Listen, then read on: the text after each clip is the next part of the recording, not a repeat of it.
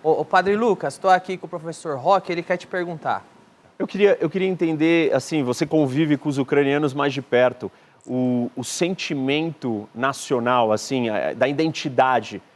Os ucranianos, eles realmente, e você convivendo com eles deve perceber isso, eles sentem que eles não são russos, correto? Ou eles se enxergam como um povo separado, irmãos, durante muito tempo, talvez depois dessa guerra, essa história vai acabar, né? O ódio, a semente do ódio, da vingança vai tomar conta, mas eu queria ouvir um pouco de você essa sensação da identidade ucraniana em relação à identidade russa. Olha, eu cheguei aqui na Ucrânia em 2004. Eu peguei a primeira revolução, a famosa Revolução Laranja. Desde quando eu cheguei, a Ucrânia vai querendo cada vez mais se separar da Rússia, né?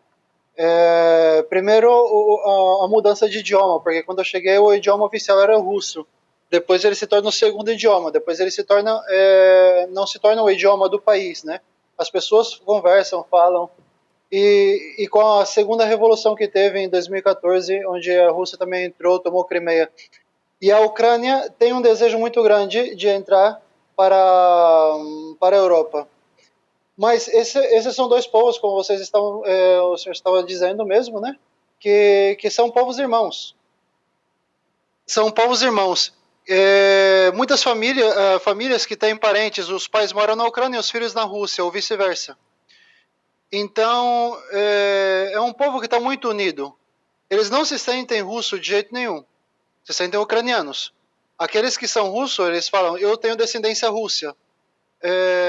Como no Brasil, né? Eu sou brasileiro, mas eu tenho descendência libanesa, tenho descendência italiana, né? Aqui todos eles apoiam, eles têm muito forte sublinhado a descendência deles, né?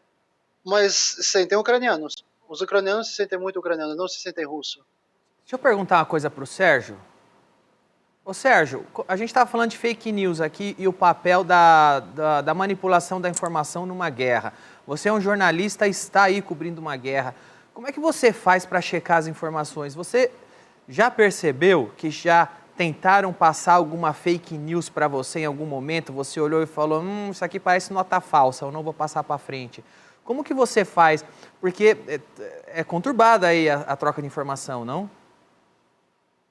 É dificílimo. Olha, a gente tem falado sobre isso com muita insistência nos programas que a gente faz no SBT News, mesmo nos noticiários, na programação do SBT, insistido muito nesse ponto, assim, até porque tem aquela velha frase, né? Numa guerra, a primeira vítima é a verdade. Né? Então a gente sempre diz que tem informações que a gente dá ali, que são, mesmo vindo de fontes oficiais, não tem como você checar imediatamente.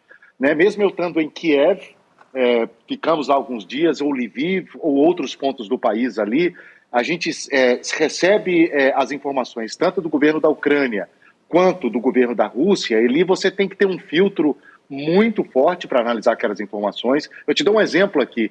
O governo ucraniano diz que são 10 mil, pelo menos, os soldados russos mortos. O governo da Rússia, essa informação é de ontem, o governo da Rússia diz que são 498. Né? E aí vai uma série de diferenças aí em relação... Exato, uma série de diferenças em relação a carros destruídos, aviões derrubados, em absolutamente todos os lugares. Kiev, Kharkiv, que é uma cidade ao leste, que é a segunda maior cidade da Ucrânia, muitos civis atingidos ali, e é inclusive uma área, e aí já entrando no que o professor falava, é uma área em que tinha muita simpatia pela Rússia, pela causa russa. Quanto mais a leste, mais ligados à Rússia eles são. E há partidos políticos, inclusive, que são partidos pró-Rússia. Nesse momento, eu conversei com um médico brasileiro que saiu de lá ontem, e ele me disse o seguinte, olha, mesmo esses partidos pró-Rússia, mesmo essas pessoas que tinham uma postura pró-Rússia, elas perderam o argumento, porque a cidade está sendo bombardeada. Né? Kharkiv foi uma das cidades mais destruídas nessa guerra. Então, essa rede que a Rússia tinha ali de proteção, né, ela, aos poucos, ela também está sendo desintegrada, porque os caras não têm como defender mais. Né? Como é que você vai defender um governo que está destruindo a sua cidade, que está matando as suas pessoas?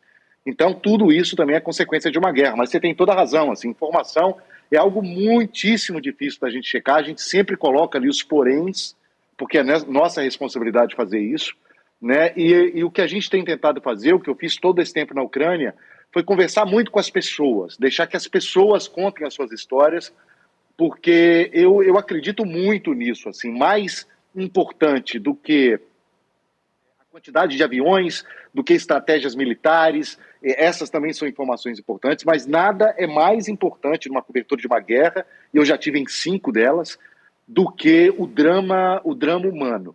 Porque é ali que você vê o lado mais feio de uma guerra, Danilo. Ô, professor, então, até, aliás, eu vi uma vez você explicando logo no início do conflito que o que o Putin faz é isso aí, ele pega uma área lá que tem uns militantes dizendo, queremos anexar a Rússia, e fala, não, agora é o povo que está querendo, vai lá e pega. Mas você vê que o relato do Sérgio, que até quem era ucraniano simpático a anexar a Rússia, já está puto com a Rússia. Porque a Rússia está entrando lá e está matando o pai dele, está matando a mãe dele.